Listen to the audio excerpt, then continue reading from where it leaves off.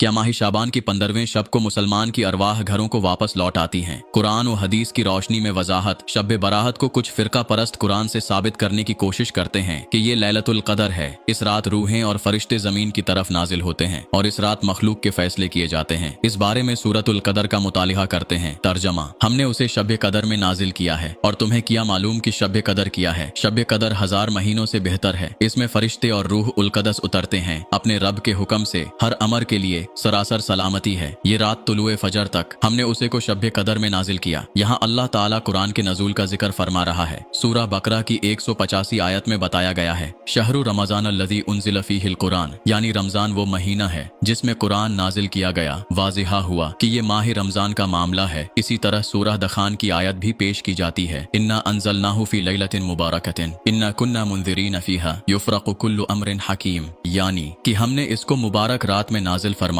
बेशक हम तो डराने वाले हैं। इसी रात में तमाम हिकमत के कामों का फैसला किया जाता है। यहाँ भी मामला कुरान मजीद के नजूल का है, यानी ये वही रात है जो माह रमजान में आती है। नबी करीम सल्लल्लाहु अलैहि वसल्लम और सहाबा कराम रजी अल्लाहु अन्हु इन ताक रातों में अल्लाह की कसरत से इबादत किया करते थे। कुरान में इस बात का भी जिक्र है कि इस रात हिकमत के फैसले किए जाते हैं, लेकिन उलमा ने लैलतुल कदर के बारे में बयान शुदा इस बात को शब बरात की तरफ फेर दिया। इसी तरह इसी रात में आसमान से दुनिया की तरफ फरिश्ते और जब्राइल के भेजे जाने का भी जिक्र है, लेकिन उसे भी इस रात से वाबस्ता कर दिया। ये भी कहा जाता है कि इस रात मरने वालों की रूहें इस दुनिया और अपने घरों की तरफ आती हैं। ये कुरान व हदीस का खुला इनकार है। अल्लाह ताला फरमाता है, यहाँ तक कि उनमें से किसी एक को मौत आती है तो कहता है, ऐ मेरे रब मुझे वापस लौटा दे ताकि मैं नेक अमल करूं जिसे मैं छोड़ आया हूं। अल्लाह ताला फरमाता है, हरगिज नहीं, ये तो महज एक बात है जो ये कह रहा है और उन सब के पीछे एक आड़ है उठाए जाने वाले दिन तक, और रोक लेता है उसकी रूह जिस पर मौत का फैसला हो जाए, और वो मरने वाले इन दुनिया वालों की तरफ कभी नहीं लौट सकते और फिर तुम कयामत के दिन ही उठाए जाओगे।